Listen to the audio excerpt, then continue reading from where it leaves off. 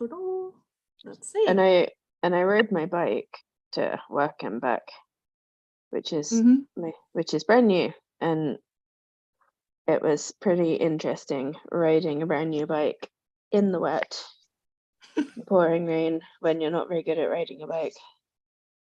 Certainly had my heart pumping. The adrenaline.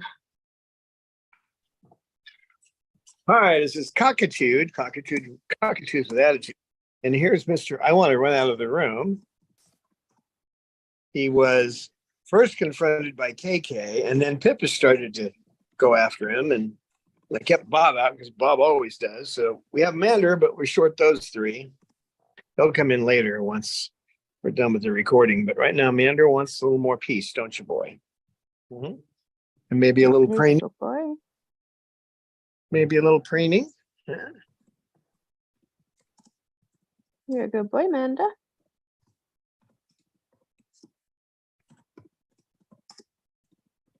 Is Cozy in today? No. Not after her last little attack pattern. She has to be brought out alone again for a while. All right, yeah, because she attacked somebody from inside the cage. Yeah, KK was just climbing up and she went right after him and I had to pull him apart. Nobody got hurt. You know, neither one of them will give up in a fight. So, but KK came right to me. That's the nice thing. He knows to come right to me to get out of a situation like that. Cozy's a little spitfire, isn't she? Oh, she is. She just, her territoriality is legend, I swear.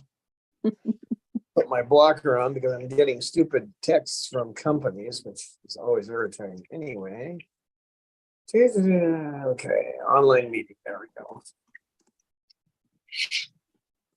So we have some viewers already. We have Erin and Rosebud and Falcon Sue. Say hello to all you guys. Nice to see you all. Glad you could make it. We got somebody.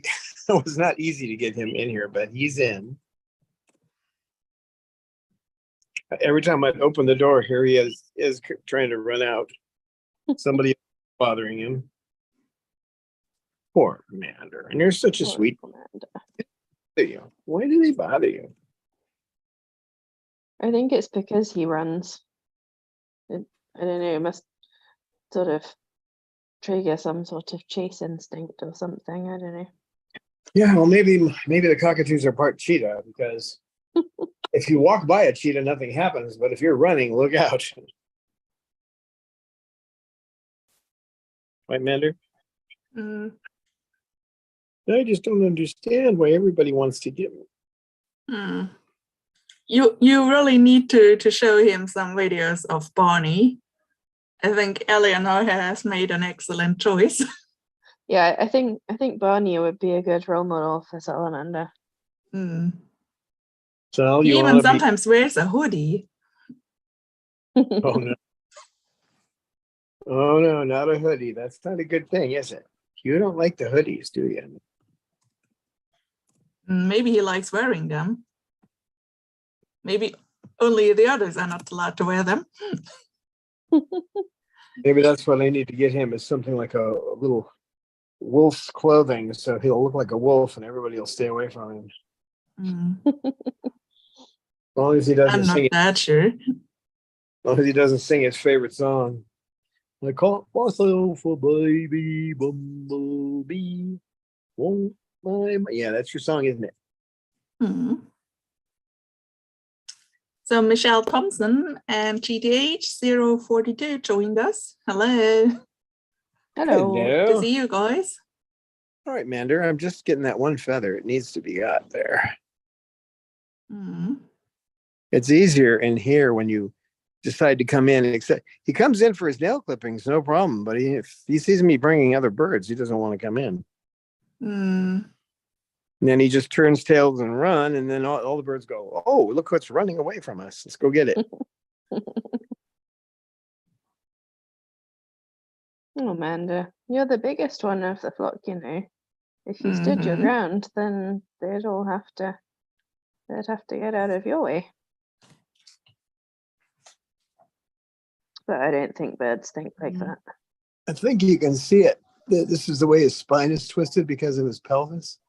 That lump right there, that's a piece, that's the spine actually twisted. Oh, Mander.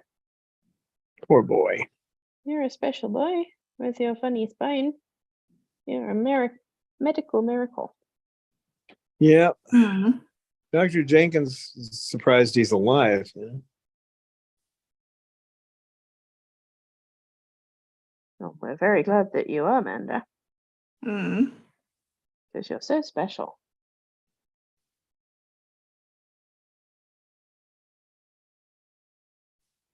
Maybe everyone watching should write a nice compliment in the chat for Mander and we can read them to him, and that'll build his confidence.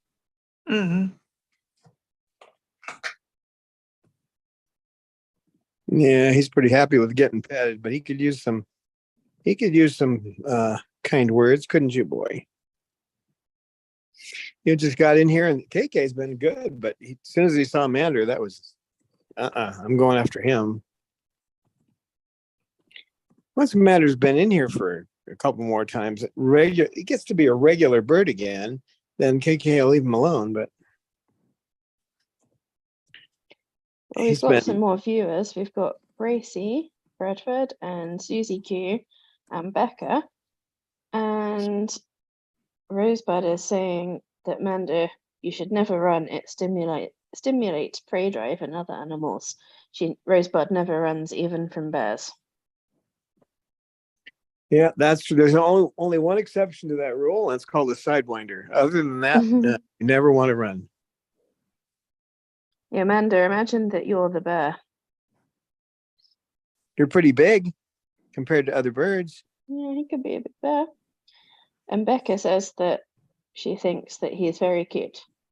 You hear that, Mander? Somebody thinks you're cute. He is cute. You're a good boy. Yeah, he shakes his head. Yeah. Yeah, you're cute. You are a good boy. You better now? So we have Sugar today, and Cecil, and Jazzy Jazzbird, who's put herself in a cage, who knows why. And we have Lucy. We don't have Bob in here because he always goes after Mander. Mander's already had too much of an experience. I didn't even bother. Pippa went after him, following KK's lead, so Pippa's back in her cage. They'll be out after we're done with the live, but I'll put him back in his cage. I want him to always get a good experience now, so he'll have to come in for some time without the other birds that bother him in here. Oh, I was too close on the feather, wasn't I? Yeah, wasn't. Maybe only Mander and Steve. That'll make Pippa jealous. Pippa doesn't bother him. I think it's just because he hasn't been in here for a few days. But maybe she just saw the others chasing him and she thought, oh, a fight, I can get involved in that. Yeah, she's definitely like it. Oh, we've got some more compliments coming in from Mander. So GT says, hey Mander, I'd like to take you for a walk. We could go to the park and maybe the coffee shop. It's a lot better than taking him to a bar. Guess he wouldn't like that.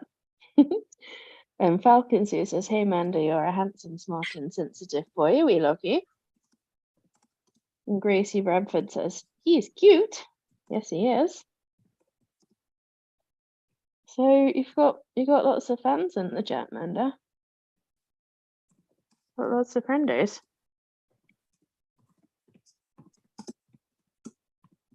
He's always been a good bird. He's got his issues. You know, you can't wear a hat. I was working outside and I had a hat on and he was looking at, shaking your head. Yeah, that's right. I had a hat on when I was walking out the door and he runs right up to his cage and looks at me like, take that off. No hats. Yeah, it's cooler working outside. It's only 102. So there's a question from Gracie. She says, I'm thinking of getting a bird soon, but a beginner bird. Do you guys know what kind of bird is a good beginner bird? So Don, maybe you can talk a bit about that. There are no beginner birds. And what I mean by that is every bird has a personality, and whether it's a cockatiel or a budgie or it's a palm cockatoo, they all have personalities, and they all should be treated as you're getting this bird for a lifelong companion.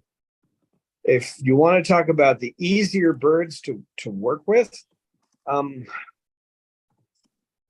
you really shouldn't. If you want one that you're going to feel comfortable not being bitten or something like that, not at least where it's not going to really hurt too bad, then you would go with a smaller bird, preferably something like a cockatiel or a budgie, but make them a permanent member of your home. Don't ever think of them as a beginner bird, because that's the wrong mindset. Other birds like the cockatoos, you talk to rescuers, and a lot of rescuers are like, well, I don't like working with cockatoos. I don't have a problem with it, but they are a lot of work.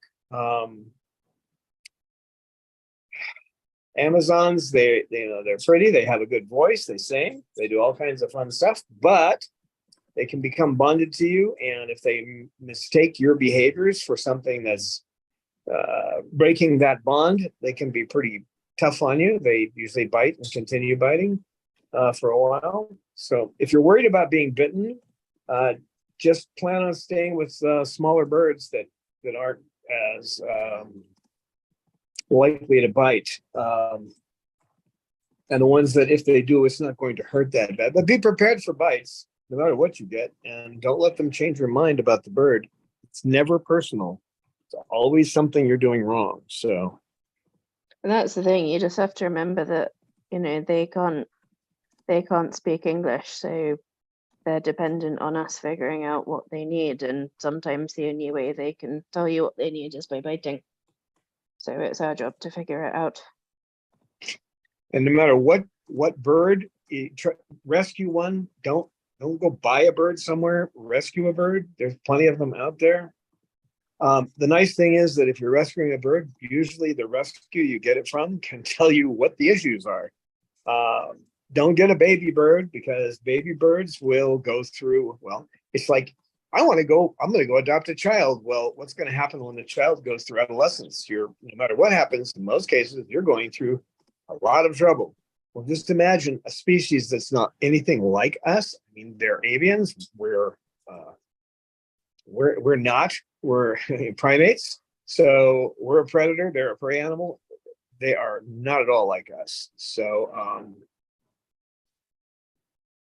the more you can learn ahead of time, and just making the decision to make it a lifelong commitment. Budgies live a long time. Cockatiels live a long time.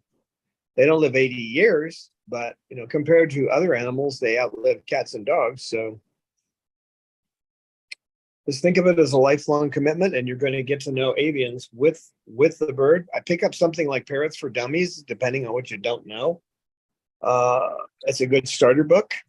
No starter birds, but there are good starter books. She's got some good stories in there, and she helps you kind of get into the mindset of seeing the differences between the bird and primates like us. So, right, Mander? And also, there's a lot of things like, if you have a parrot, you can't use Teflon coated pans, and you can't use Teflon coated hairdryers, and you can't use essential oils, and you can't use spray deodorant. So there's a lot of lifestyle things that you might not have thought of. So you definitely don't want to rush into things. You want to figure out if it's a lifestyle that you're willing to commit to, really. Yeah, it's a big change in lifestyle. And for cooking, you can't cook with hot oil.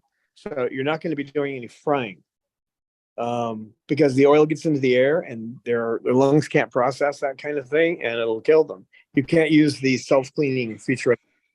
I remember one lady, she said, well, how do I clean my oven then? I said, get some baking soda, get it a little wet, and then start scrubbing like your grandmother did. It's called elbow grease. Yeah, a self-cleaning feature is not something you want to ever. I've got an oven here that it doesn't have a self-cleaning feature. Yay! I don't have to disable it.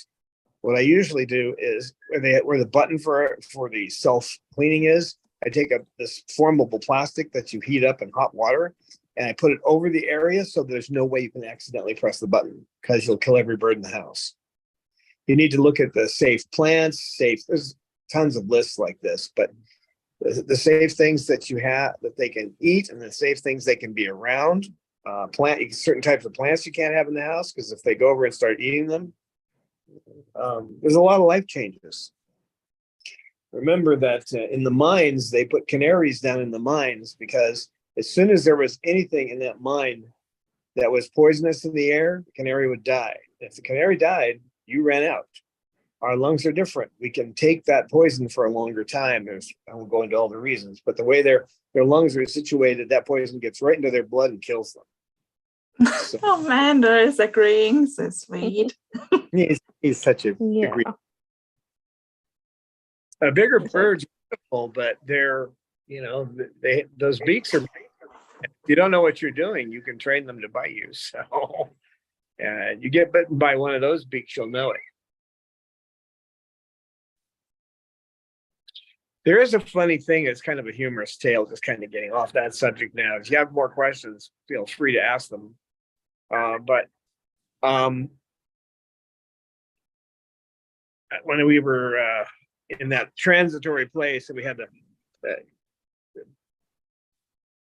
I hear you out there. KK's unhappy about not being let in. The photographer put the camera inside the aviary. He actually slipped the camera in and was holding it inside the aviary. He was using an iPhone along with his big camera rig. And he got bit. And he said, I know it's my fault. But he kept looking at his hand. And the reason he was looking at his hand is because it hurt, but there was no blood. And what usually happens if you get a minor bite, which is, where maybe the upper beak gets in 1/4 of an inch or something, and the lower beak just barely cuts the skin, it won't bleed for a while. It'll hurt, but you look at your hand, it's like there's no blood. And then you'll look down a minute later and you'll see blood. That's the way it works. Starts gushing. Yeah. Yeah. I just had Cecil do that to me. I was putting water in his cage, and he's learned to use the Lixit bottle I have in there, the bottle with the tube. I'm teaching them to do that because the water around here gets too much dust in it just in an hour, and I can't change the water every hour. So I'm training them slowly to use Lixit. But he got underneath the bowl where I was putting it in, grabbed my finger, and it was just like that too. It took about a minute before it started bleeding. He wasn't biting me. He was defending his cage. Okay. And the hand was coming in. It didn't really associate it with me.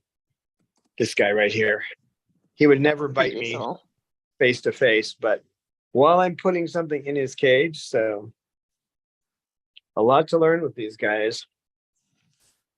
But it was fun to watch that photographer. He's looking at his hand like, it hurts, but it should be bleeding or something. And then later on, he looks down and there's blood coming off his index finger. So, right, Cecil? Yeah, Crazy says they are pretty birds. Are you pretty bird? Well, we have a special pretty bird, but this is Cecil. Yeah, where's the pretty bird? Where's she sitting? He's a handsome boy. She's in her cage right now because she went after Mander too. So. Oh, Lucy went after Mander. No, Lucy. Unbelievable. Lucy. Oh no, Lucy didn't. Lucy's right here. No, Lucy didn't. I thought you were talking about Pippa. No, Lucy is the pretty bird. Lucy is the pretty bird. I mean, Pippa's very pretty as well, but Lucy is the pretty bird. Mm-hmm. Bird. Where are you going, Cecil?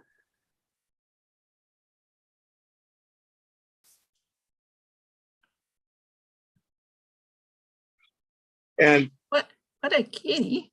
Lucas.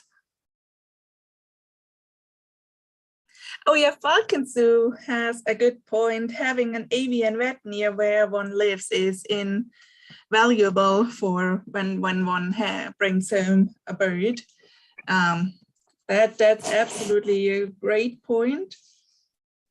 One should look if that's accessible in your area if you bring one home, because the the usual vet or so has no clue about birds, especially parrots in general.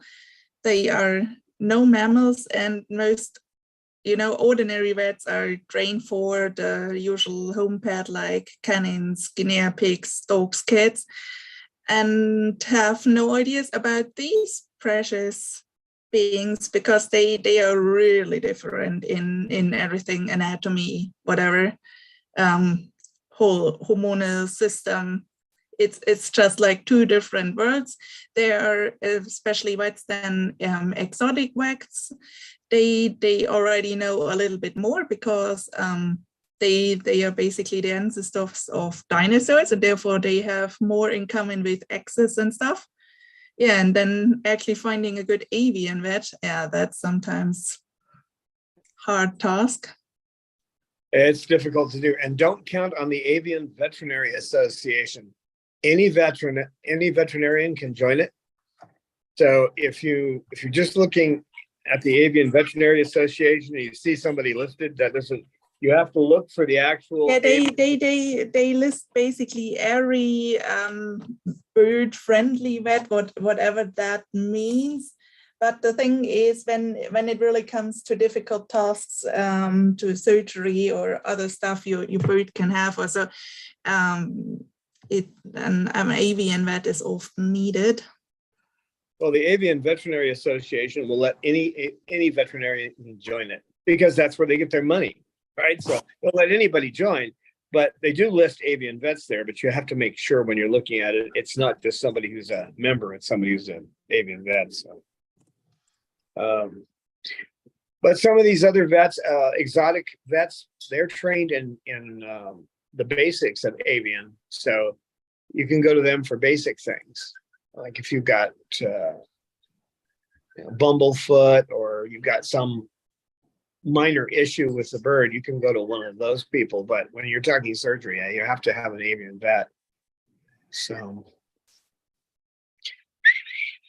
to you too. What are you saying? Oh, is she whining? She was. So Gracie says she is not aware of any bird vets or bird rescue in her area in Pennsylvania. But as far as I know, when one has a closer look, then sometimes they are just not listed or so. But when one asks one through different, connections or so, one often gets an address or something.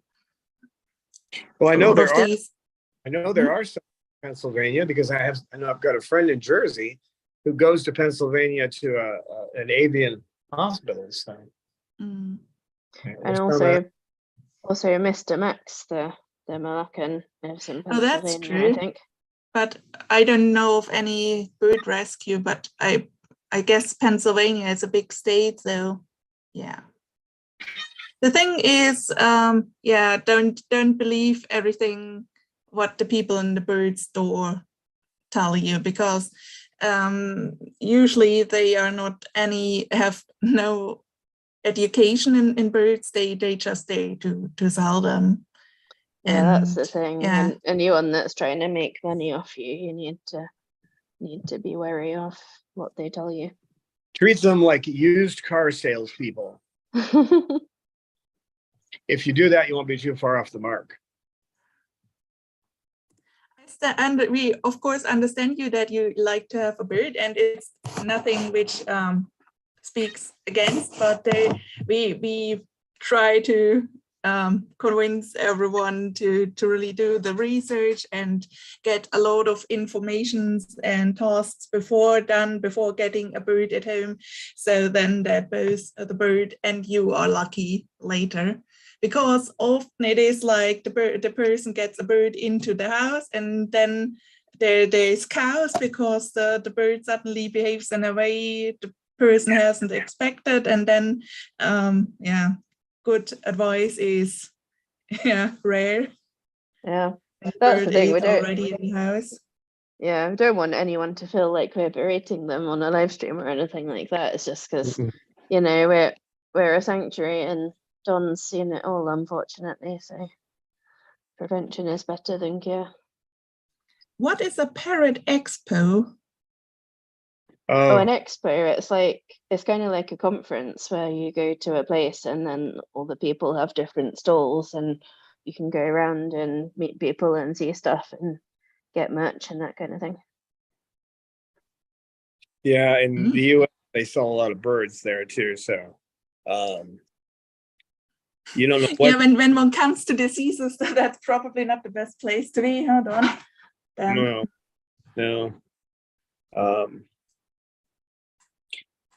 And not then, of that course, easy. Once the expo is over, you won't have a contact, especially if you're getting something from some breeder or something. Breeders go to those things a lot too. I know I've had plenty of arguments with breeders, and most of them are just closed-minded because they're making money, and that's the way they want to make money. And maybe we tell a little bit about our birds, maybe 1 or 2 stories about, so she gets to know what's the history of our birds, because actually we're a sanctuary. That means we take in birds and don't try to rehome them because they are in such a bad condition. They cannot be rehomed. It doesn't look like they are in a bad condition when you see them sitting with Don, but they require medicine at least once or twice a day. They need all year around medical care and have high vet costs. They all have beaks filing and toenails filing. And Don is basically specialized on plucking and mutilating cockatoos. Why do these birds look so good? Because Don, together with an avian vet, found basically a recipe how not to cure them, but how to basically let them stay alive and stop at least the behavior. Oh, look at Cecil. He's lapping this up. With Cecil, here's Cecil's basic story. I got him off the back end of a truck. He came down from a place that was 5 hours away from us. The people who had him had rescued him from someone else who had no idea, and these people didn't have much of an idea either. His crest was nothing but pin feathers. He didn't have this. They were all just like little sticks sticking up on his head. He looked like the guy in Hellraiser. And they when they went to hand him over, I said, hold on a minute. And I fully preened his head before I took him. And you could see him just loving the fact that he wasn't going to be a pinhead anymore. But that was the only time he actually showed much interest in the world. After I got him back to the sanctuary, he was, his eyes were basically dull. He didn't react to anything he said. He just sat there, and took about a month to kind of wake him up, and a good year to get him to where he was the fun guy that he is today. He's had some issues with feather plucking, but I've dealt with that. And when you first got him, you didn't know he was a fun guy. You thought he was a girl. No, they told me he was a girl, and that the breeders had gotten rid of him because he wasn't laying eggs. Now that's their story, so it's anecdotal. I don't know if it's true, but that's what the story was. So he was named CC, the 2 letters, because they were trying to breed and they didn't want to get close to them. There's capitalism for you. Let's treat these birds like nothing but a piece of capital. They're not really living creatures at all. So name them AA, BB, CC, DD. Wonderful, wonderful people. You can only hope that somewhere in the world a large crack opened up in the earth and they were sucked down into it. But that's how I feel about people like that. But yeah, he didn't have any personality. I like to say he's got 6 of them now. It's kind of a joke, but he does Cecil Hyde and Cecil Jekyll. So when he's Cecil Jekyll, he's a lot of fun, wants to be petted. When he's Cecil Hyde, he's beating you with a toy. But he's got his sweet modes where he curls up under your chin. And He has his playful modes where he likes to play with the other birds. He likes to preen the other birds. That's one of his personalities too. He'll just go up and preen somebody, especially the Moluccans who don't like to be don't like to preen back. He'll do them anyway, even though they don't reciprocate. He's good with the ladies. He's very, very gentle. And they all love him. He is a gentle bird, except when he's got a toy. Everybody knows that though. So it's like, run and hide. He's become Mr. Hyde. Cecil Hyde.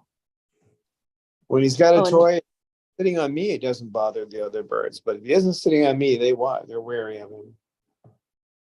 Oh, and Cecil too, if your fans are in the chat, Sean is here and Lisa is here.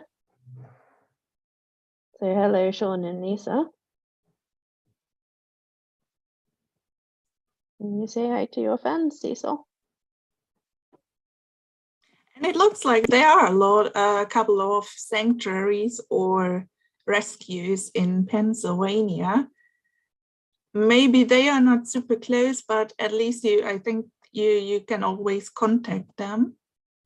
And maybe you can actually get a rescue bird, because they are not like when you need to get them young or something like that. That's all not true. Sometimes it's even better to get them when they are adults, so you don't have them during the puberty. And yeah, they have puberty, and it's worse than any human puberty can be. Right, Mander? Where's Mander? We have lots of clips of him when he was in puberty, Mander. Yeah, he was our little cruise missile. Yes, he was. Actually, you could see that if I put a hat on, you could see it, but I would have to go probably get I'd probably have to break out the sutures and give myself a couple of stitches. He does not like hats, hoodies, or anybody holding a beer. Yeah. He shook his head, no, I don't. Yeah. You're such a good bird. It's because his mom used to take him to bars when he was too young. Yeah. Lots of people with hoodies and beer, and he just didn't like that. So, yeah, nope, Mander had a terrible childhood. Then he was a little rebel during puberty, and now he is kind of baby social Huey disaster. He's baby Huey. Yeah. Now he wants to be baby again. Yeah, baby. Mander says, "I want to have my youth back." Yeah, he's reverting to his childhood, and he wants to do it all again, and this time grow up better. And don't believe the salespeople when they tell you that females are more loving than males. That's not true. In almost every species, it's about the same. So remember, parrots raise they with one or two exceptions, mainly the come on, brain. In Australia, they're green and red. Come on, why can't I think of a name? Lorikeets? No, there's the females are red and the males are mostly eclectus. There you go, eclectus. Yeah, they don't raise their young together, but most parrots do. So they're equally as loving. Want to give me the foot? You just want to hold my finger? What are you doing? He's acting a little strange today because he started to use his Lixit water bottle, and for clean water, it's the best way to go, but I've got to train them all to use it. I already spent the $300 getting the bottles, and he can drink out of it. He knows he can, but he was being tough on me yesterday because I took out his water bowl, and he just refused to drink out of it. He was drinking out of it all day. As soon as he saw me take out the water bowl, he stopped drinking out of the liquid bottle. That's Cecil for you, though. He can be like, I'm going to do it my way. His foot. If the rescue has any classes, you want to take those because you want to know as much as you can. And if they're willing to give you classes, then you should take them. Lisa wants to know if Cecil was wild caught.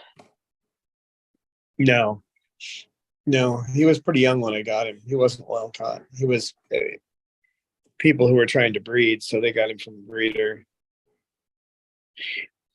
Hand raised is not what people think it is. It means you have an autistic bird. They were raised by their parents, they're going to be birds. So if he was about as autistic as he was, almost catatonic when I got him. So why are you so quiet today? Why are you so quiet? Although we think Sugar was wild caught. Yeah, she doesn't like to be held. That's a big indicator. But if she was wild caught, they probably chopped down the tree to get to her, and she was a baby. Because she is extremely feather destructive, and that is not common in birds that come from the wild. So if it's a fully adult bird taken from the wild, usually won't pluck. I had somebody say that, well, my bird shouldn't be plucking. My bird wasn't, it was wild caught. Say, well, okay, yeah. Did they chop the tree down? Because if they take them as babies, they miss the steps in their development and they develop issues like that. So they don't even know they're birds, right? Oh, cutie. I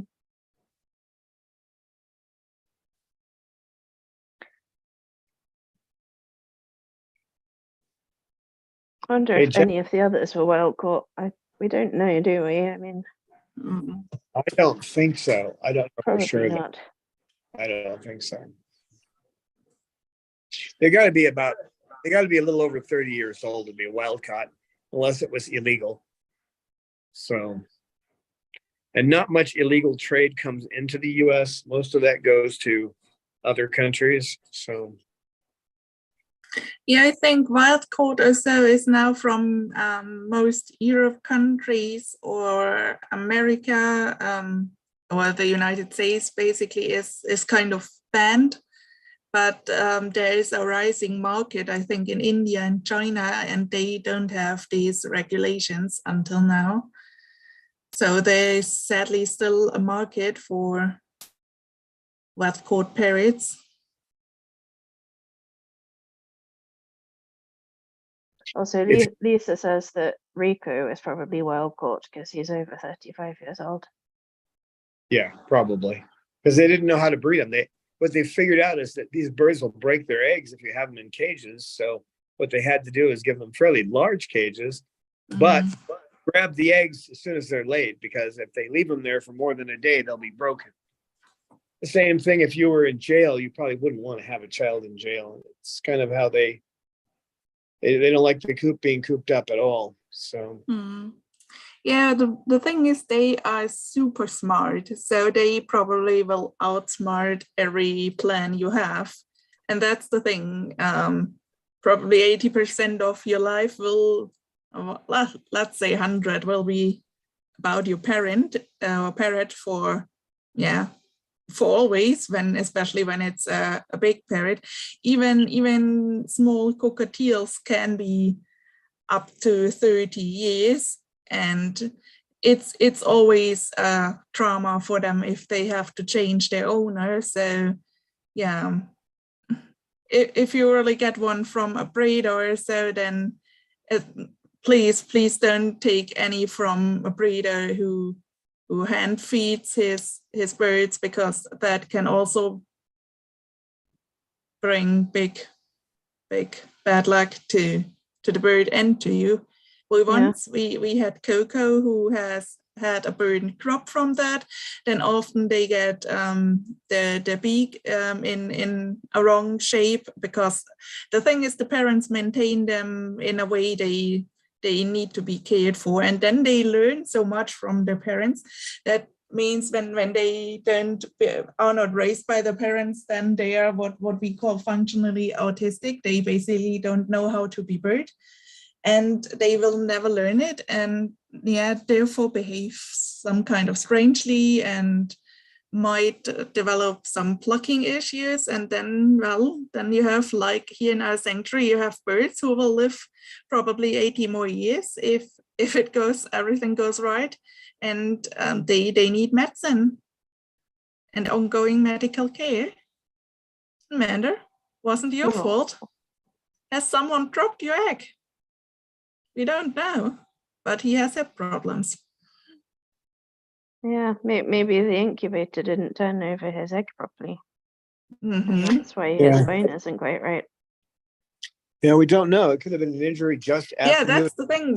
When we see the parents caring for the eggs in just the nest cams, so they are so gentle with these things, and they look closely, and they the owls hoot to the other ones chirp to the egg. But yeah, I watch owl channels. Yeah, and when the eggs are ready to hatch, the chick inside the egg starts peeping. So it calls back to its parents. Super smart. They seem to know exactly what is going on also. Even the tiny birds in our garden are super smart. So these guys, these are Einsteins. They, let's say they at least equal smart as we are. Oh, and Lisa says that maybe sometimes in a different way, because we don't get their intelligence until now completely. I think if we get better tests, then probably the result will be they are even smarter. Amanda. Yeah. Anissa says that her and Rico have been together 32 years tomorrow, so that just goes to show that tomorrow's the big day. Excellent. That's wonderful.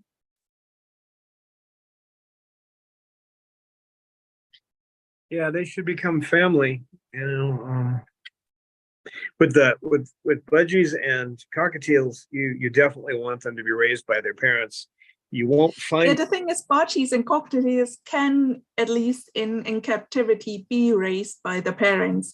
I think if someone really has, has a good kind of heart and actually manages to let cockatoo breed in captivity and offers them a huge aviary or something, they actually do raise their childs properly. So then that would be a huge benefit. But the thing is, most breeders are for the money, and if cockatoos raise their child, they have probably 1 or 2 chicks and are busy with that for 3 years, and that's not what the breeder wants. Therefore it takes the egg and raise it itself, while the parents lay more eggs. And that's their Pepper, and they have 8.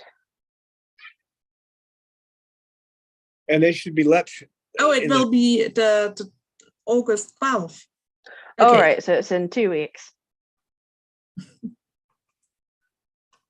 They should be let wean on their own. Breeders will try to wean them early so they can sell them direct to customers. They make more money that way than selling them to bird stores. And I actually had an argument with a local organization, and when I was in California, that was trying to get the breeders for dogs and cats not to have their puppies and kittens in these pet stores. And I tried to get birds added, and the CEO of this large organization told me that, well, one thing at a time. And I said, well, I'll tell you one thing.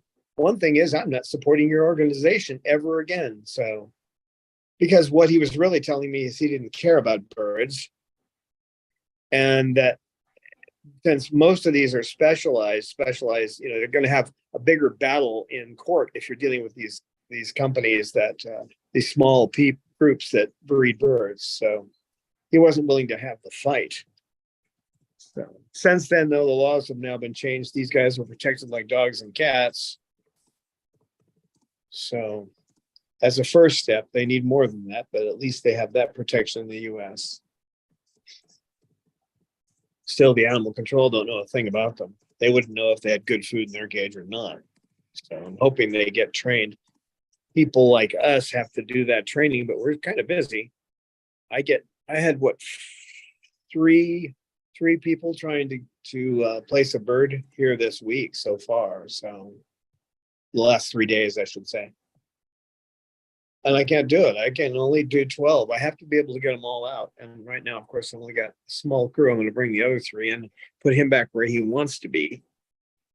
But he's going to get back in here every day, one way or another. And it's going to be like this, spend a little bit of time where nobody bothers him and go back to his cage. Right, big boy? Yeah, I know. You're a good. I hear you whining up there. Yeah, there's just so much to know about these guys, and the industry out there that's producing these guys is mostly bad people. I'm sorry if you're a breeder. I consider you a bad human being until you prove otherwise. And I don't know of any reason to breed them in captivity. They should be in the wild. That's where they belong. Anything this intelligent shouldn't be hanging out with me, right? But we can't put them back in the. That's the problem. That's the thing. You must do constantly what they want. For example, sugar. You need at least 3 times a week drive her to McDonald's. No, just joking. Yeah, but you are basically at the beck and call of your parrot if you have one. But they tell you what's going on. Yeah, you can give them too much attention. The main thing, if you're getting a bird, is that give them the amount of attention the first day you bring them in that you're going to give them for the rest of their lives. And that doesn't mean I've got a vacation, I'm staying home, so I'm going to spend a whole bunch of time with the bird. That will not work out well. They like consistency. You have to have some variation so that if something happens, they like consistency. So don't give them 3 hours of attention for the first week every day and then drop it to an hour later. It's going to cause problems.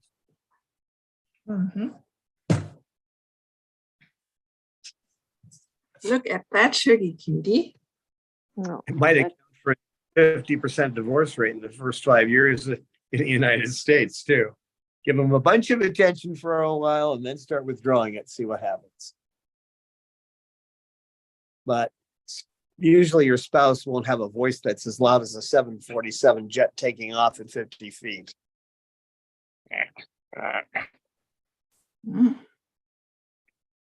Right, sugar? Right, sugar? Oh, yeah. Right, sugar? What are you doing? I'm patting your beak. What are you doing?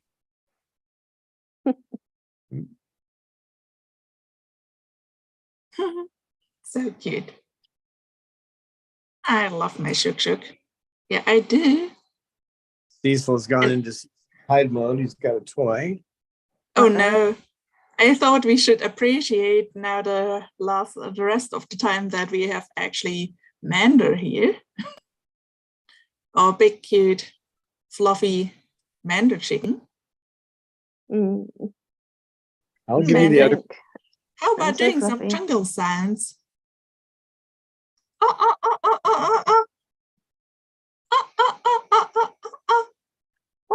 And can he hear us? Oh yeah. Oh, he can hear us. Okay. Mander, salamander, salamander. It's a Mander. I love the Mander. Oh, we should go give some headphone warnings out first. Yeah, probably. Come on, Mander. Mander. You don't know what we want, do you? You don't know what we want, do you? Oh, he knows exactly what we want from him. He's just like always when we do it in public, like, oh, I have no clue what these guys want from me. And when we are private, he suddenly can do it. He's making us work for it. He's saying, oh no, the phone aunties are embarrassing again. I'm trying to do a wolf whistle. Hold on.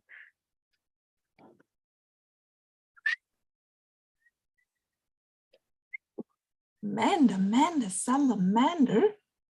Salamander? Oh, it's a Mander. Oh, it's such a great boy. It's such a great boy. Oh, I wish we could do jungle sounds together for the fans. Yes, I wish so. We have done so cool jungle sounds together in the meeting, but no jungle sounds for the fans live. Mander, you are cruel. You're cruel to your fans. Yeah, Mander, the are. people. Oh, The come on, people want to Mander. hear the Oh, we would jungle love sounds. to do some jungle sounds. Some He's looking at Cecil on the other side. Can you get on the other side of me, Cecil? There you go. Maybe he'll be more likely to do it there.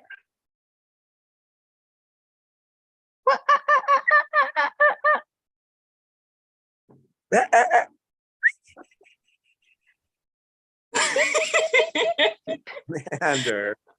He's acting so baffled, like he doesn't know what we want. Mander, you're cruel. You're cruel. Just one little jungle sound, Mander. Yeah. Oh, come on, Mander, you can do it.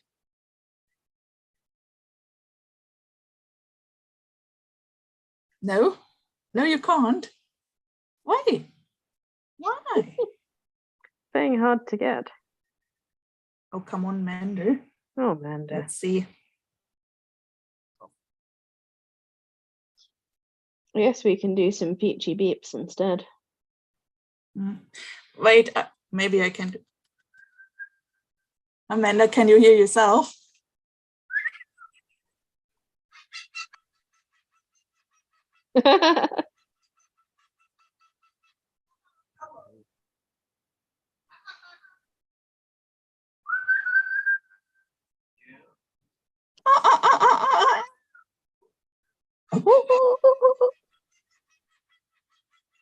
That's Cecil. He's not going to bother you. He's looking over at Cecil. Yeah, I think he's busy with Cecil. Oh, it's so scary being Amanda. Can you please go away just for a minute or so? Oh, Mander. Sadly. Oh, we love the Mander. Yes, we do. Mander, you are a fine person. Our Spirit Matters here. Looks like he missed our jungle signs. Only from the moderators, sadly. Yeah, no Mander sounds. Well, we can all do a beep, beep, beep, beep, beep, beep, beep, beep, beep. Yeah, let's do that.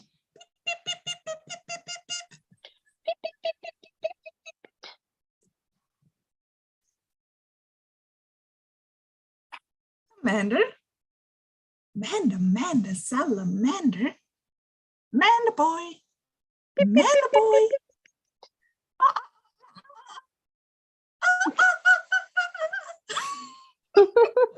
Oh my gosh. Mander. He must think it's He's really like funny. no ideas what these aunties want from me. I think he just enjoys making the humans make stupid noises. Yep. Probably.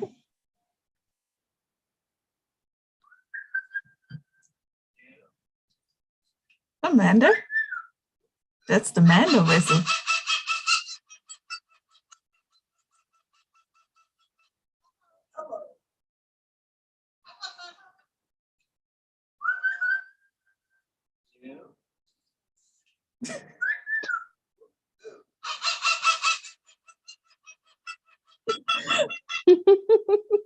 Oh, Mander. You're so silly. Just not going to do it, are you, Mander? Not today. Says Nope. I'm not a performing monkey. No. He had some tricks that he kind of brought with him, but they're not good for his back, so I don't do them. He used to play dead, and he did sit-ups, but with your tail being twisted like that, we don't want to do that.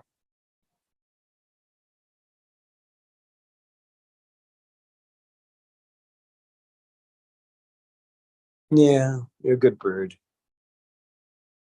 You're a good boy, Mander. You are.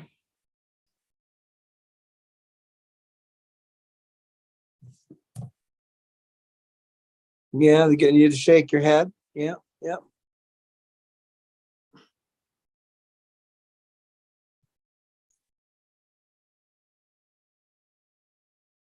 Yeah, the second I take the camera away, you'll start, won't you? What are you doing up there?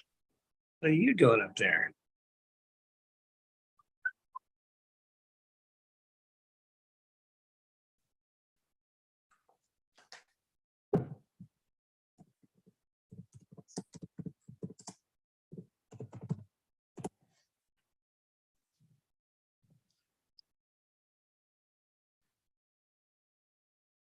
There was a website. There was a website. I don't know if it still exists. Called mytoos.com, where they tried to get you into not getting a parrot, and showing you a lot of people with severe wounds and that kind of thing. It can happen, but if you know what you're doing, you don't have to worry about it that much. But who is whistling now? That's the sugar bird. Oh, the sugar is whining. Are you making some noises? That's nice of you, Sugar. Very nice. Yeah, Mander wouldn't. Yeah.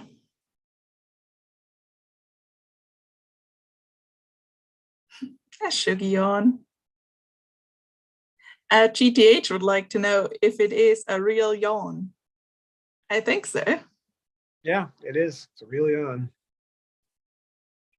If you rub their ears, they will yawn too, but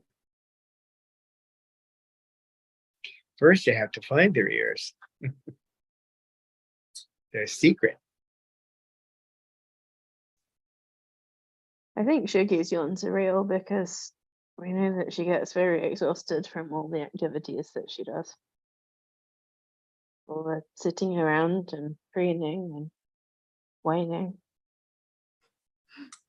Falcons is missing Babaloo. She says it's so quiet without Bob.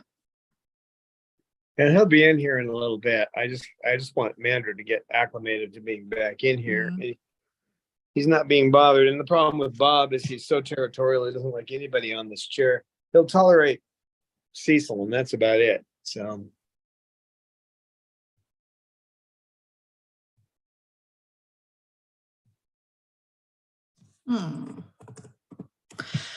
Birds.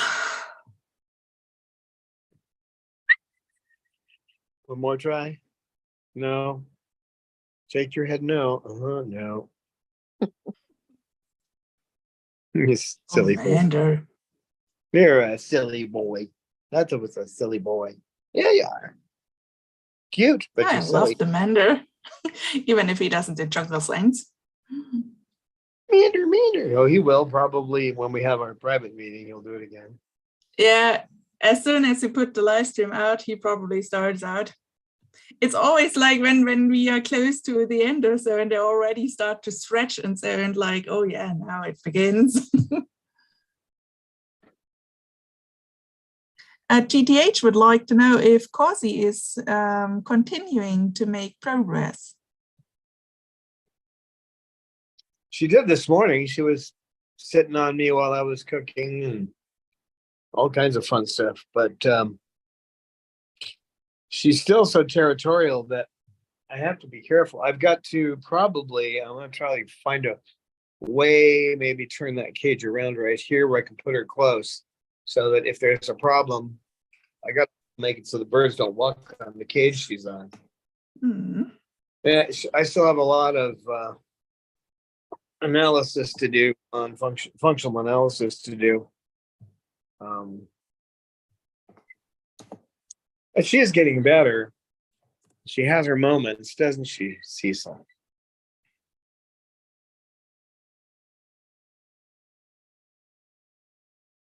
Yeah, every bird here has got a different story. This one came, she was all chewed up. Pictures of her, you would never recognize that except for her eyes and her beak and her head, because the rest of her was all torn up. And the people who had her had rescued her, and they'd had her for 12 years. An older couple, they do better. Younger couples don't, because they have kids, and all of a sudden, oh, the child's the most important thing in the world. I usually point those people to George Carlin and what he said about the United States and us living with our heads up our children's, what. So the older people do better, but I got her on a better diet because her diet was not at all good when I got her. And then on medicine, so she stopped mutilating herself.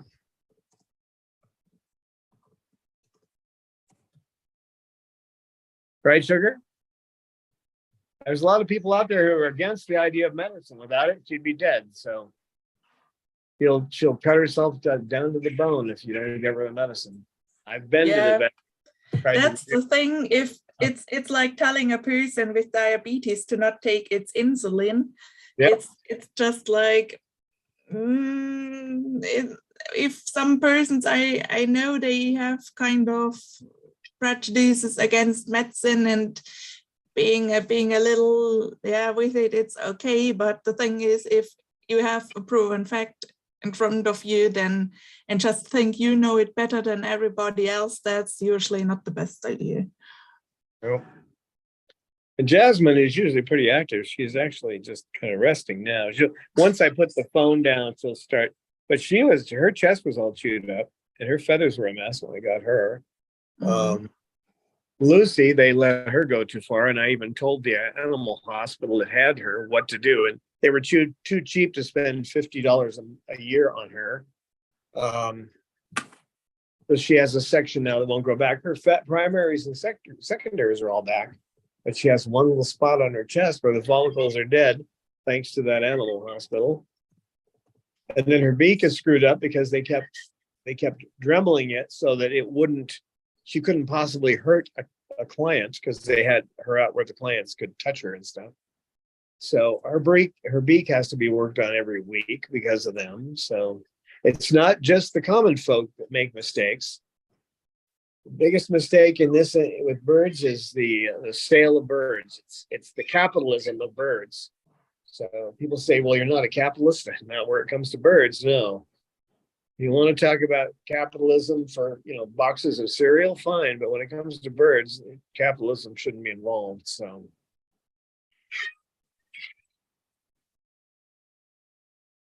Goose. Big goose. Well, folks, it's that time again. So we will see you on Wednesday. And thanks for coming. Thank you, Anna Marie and Eleanor, for your wonderful moderation skills and for letting me know what people are saying, because I can't see it. not when we're in Zoom. So. And thanks, Don, for the live stream. And thanks, Mander, for coming in the bedroom. Yeah, thanks, Mander. We were so happy to see you. You know that. You know what they're talking about. Yeah.